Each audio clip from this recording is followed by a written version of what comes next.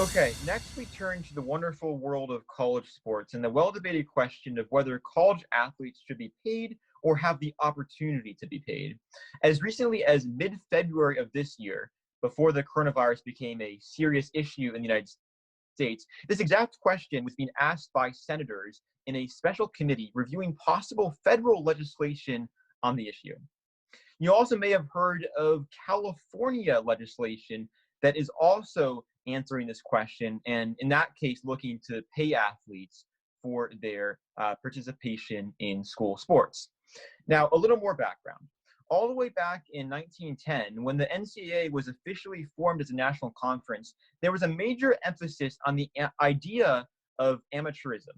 Back then, things were even stricter than they are now, as players were not only prohibited from receiving any compensation or sponsorship, they were also prohibited from receiving any type of sports-based scholarship or other incentive to attend a given university. Later, the scholarship rule changed, but the focus on keeping college athletes sheltered from the world of professional sports continued. In 1951, then NCAA President Walter Byers coined the term student athlete, which many of our fans today are probably aware of.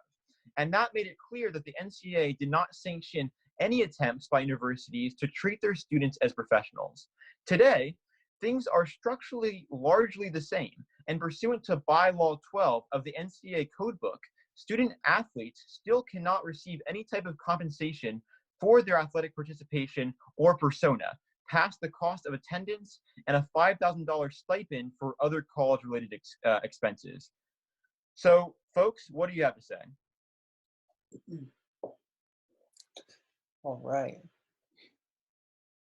I don't think college athletes should be paid. Now I'm going to focus more on the college basketball side of things, so that's what I'm more familiar with. First off, a lot of them get scholarships, which in itself is a form of payment.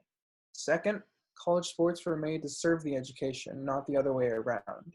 The NCAA was never made to be a sports development league. Sure, since pretty much forever, top NBA prospects have come from college, but they all generally stuck around for more than a single year. This is because they wanted to be in college and play for their respective program. People like to point to the one and done problem as the reason for the NBA's malice. The one and done problem got so bad that in 2017 there were 16 freshmen drafted in the first round of the NBA draft, which is over half of the full round. But the one and done problem in college basketball didn't start until 2007, when Greg Oden and Kevin Durant went to the NBA after their freshman year.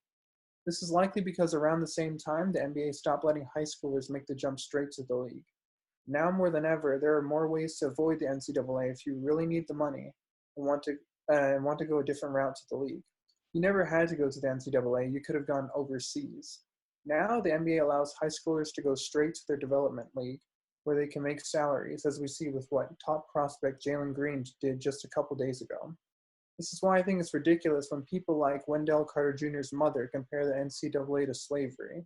Nobody's forcing you to go to the NCAA. There are and always have been alternative routes to the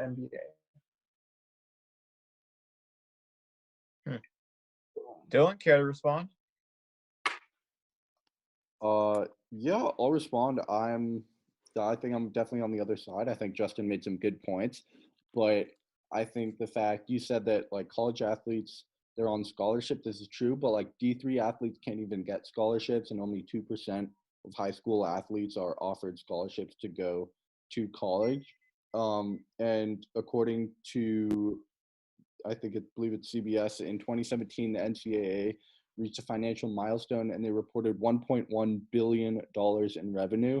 And I think if with college athletes, they're putting their bodies on the line. You see Kevin Ware's, horrific injury in March Madness in 2013. College athletes are getting paralyzed every season in football. I think that putting their bodies on the line for the entertainment of the fans and an industry that's making over $1 billion, I think they definitely deserve to get paid even a little bit. And on the other side, I was doing some research, and originally I was against college athletes getting paid. And one of the reasons I had is that only 2% of them eventually get drafted and go pro. But here's the problem with that, is that D1 athletes on average spend 35 hours per week on athletic activities during the season. And this leaves them, reminder, these are still college athletes. They're taking college level courses. So that leaves them no time to really study, or it makes it even harder to do well in those courses. And then they're also apparently D1 athletes spent 2% of their time per week at a job, which is equivalent to 3.4 hours and roughly $25 per week. And so if only 2% of these athletes are getting paid, then they'll have very little. And then if they don't get drafted, they'll have very little money, and they will probably won't have done as well as they could at school. And so if they do get paid, then they have something to kind of lean back on and some extra money to help them stay afloat when they're years after college, when they're trying to find a job and kind of readjust to a new life without sports. So Dylan, you make a compelling argument here that only 2% of athletes are getting financial recognition for the vast amounts of time that they're spending on their craft, on sports. And I think that's a really good point. And it does mean that in some cases they can't get a normal job on their school campus. But if we're talking about stats and the fact that there's only a small number of people receiving scholarships, well, it's about the same number of people that would even be making money for their school programs. Like, you might not know this, but usually only basketball and football programs even make schools money. And so, that raises a question of equity. If the NCAA were to allow sponsorships for players, who would actually receive that money? It would be a very, very, very small number of players. It wouldn't be anyone on the baseball team. It wouldn't be anyone on the track team. It wouldn't be anyone on the polo team, the rowing team, because those sports aren't making the school money. And there's no reason, maybe a star in track or something would through like Instagram or something, but for the vast majority of the people, they're not going to receive a scholarship. They might even be in a worse off position, because at that point, schools could say to players, hey, you have the opportunity of getting money, but they know very well, and what the player doesn't know is that isn't a likely circumstance. And in the end, the player will get nothing. So the schools could sort of use that as a way to convince players of something that doesn't actually exist. So I think that's sort of a big worry. And then, really what I see on this issue is sort of somewhere between the two of you.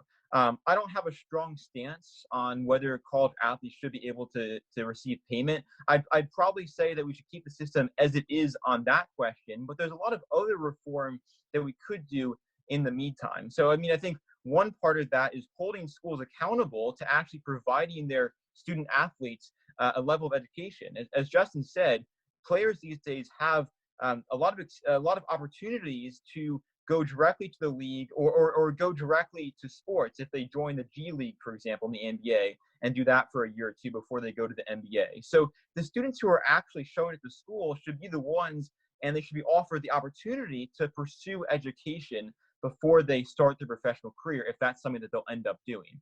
So I think that's the first thing that schools should be held accountable for.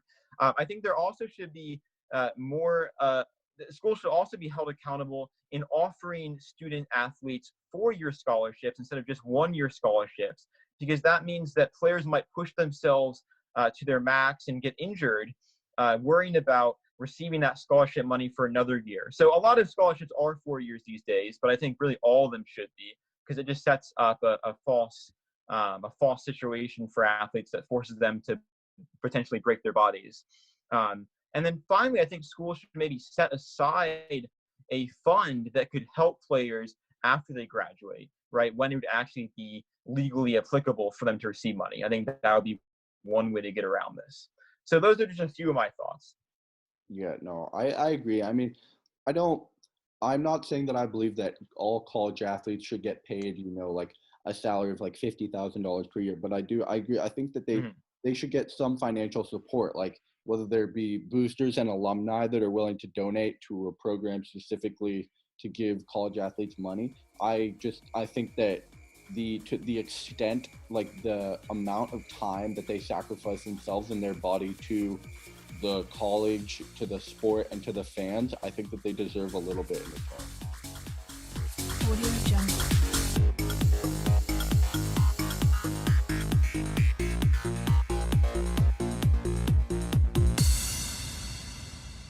Audio Jungle.